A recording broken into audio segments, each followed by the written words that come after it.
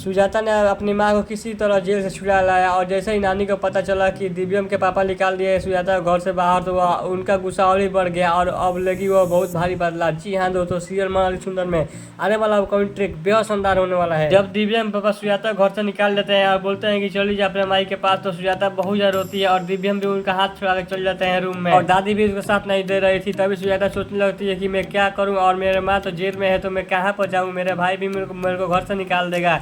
और सुजाता अपना दिमाग लगाती है, जाती है अपने माँ का जेल में से छुड़ा लेती है और नानी बोलती है सुजाता से कि अच्छा हुआ बेटी तुम आ गई, नहीं तो हम इसी जेल में मर जाती। मैं तो यही सोच के बहुत डर रही थी। तभी सुजाता बोलती है कि क्या करूँ माँ, दिव्यम पापा मुझे घर से निकाल दिया है। यह बात सुनकर नानी का होश उड़ जाता है और बहुत ज्यादा गुस्सा हो जाती है। बोलती है कि ये सब राधिका की वजह से हुआ, अगर राधिका तुम्हारे घर में नहीं रहती तो तुम सुख शांति से रहती और तुम्हारा ही कॉल सब कोई मानता। नानी का गुस्सा और भी ज्यादा बढ़ने लगता है। बोलती है कि उस राधिका के मैं सबक सिखा के ही रहूंगी। लेकिन सुजाता बोलती है कि मैं घर कैसे जाऊंगी, मैं घर जाऊंगी तभी उस राधिका कुछ कर सकते हैं।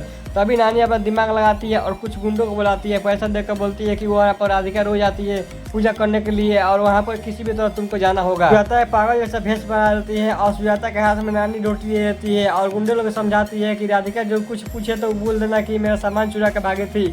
ठीक वैसे ही गुंडा लोग करता है, उनको दौड़ा के जाता है। राधिका देख लेती है, बोलती है कि आप लोग इनको क्यों मार रहे हैं। गुंडा लोग बोलते हैं कि ये मेरा कुछ सामान लेकर भागी है। राधिका उसके हाथ में देखता है तो वो रोटी था और किसी भी तरह उन लोगों को भगा देती है और सुजाता का प्लान कामयाब हो जाता है। सुजाता घर में जाती है तो सब लोग उसको माफ करते हैं और राधिका के साथ ऐसा व्यवहार करती है कि वो लग रहा था कि राधिका को आप माफ कर दिए और सुजाता कभी भी ऐसा गलती काम नहीं करेगी। और राधिका बेचारी भोली भाली वो समझ गई थी कि माँ अब पूरा सुधर गई है और मेरे साथ वो बदला कभी भी नहीं लेगी। लेकिन राधिका के पीठ पीछे सुजाता बहुत भारी चाल चल रही है और वो बहुत जल्दी बदला लेगी और उनको राधिका घर से निकालने में मजबूर कर देगी। सारे लोग घर में पार्टी कर रहे थे क्योंकि दिव्यम भी जेल से बहुत दिनों के बाद आया था और सुजाता भी घर से बाहर चली गई थी और झाड़ा पूरा खत्म हो गया था, इसीलिए एक बहुत भारी पार्टी रखे थे और उस घर वाले ने। और दिव्यम के एक दोस्त भी आया था पार्टी में और बोलता है दिव्यम से कि दिव्यम जी आप यहाँ पर हैं लेकिन भाभी जी कहीं दिखाई नहीं दे रही है। तभी राधिका उधर से आती है और देखता है दिव्यम, तो उसका होश उड़ जाता है क्योंकि राधिका बहुत अच्छी साड़ी पहनी थी और सारे लोग उस पार्टी में आते हैं लेकिन सुजाता कहीं पर भी नजर नहीं आती है। तभी दिव्यम पापा आते हैं और दादी से बोलते हैं कि सुजाता कहाँ पर है, वो कहीं भी दिखाई नहीं दे रही है और बहुत देर से वो गायब है। तभी राधिका बोलती है कि जी पापा जी मैं देख कर आती हूँ और राधिका चल जाती है वहाँ देखने के लिए। सुजाता अपने रूम में एक गिलास में शीशा पीस के मिला रही थी और उसी में रंग घोर लेती है कि कोई की पता भी नहीं चले और राधिका पर ये इल्जाम लगा दे कि ये शीशा इसमें मिला है। थी उसको बुलाने के लिए, तब तो पैरों का आवाज सुन लेती सुजाता और वो सब छुपा लेती है, लेकिन वहाँ पर रंग गिर गया था और जैसे ही दरवाजा खोलती राधिका तो उसका होश हो जाता है। देखती है कि यहाँ पर खून कैसे आ गया। तभी सुजाता आती है, उसको समझाने लगती है कि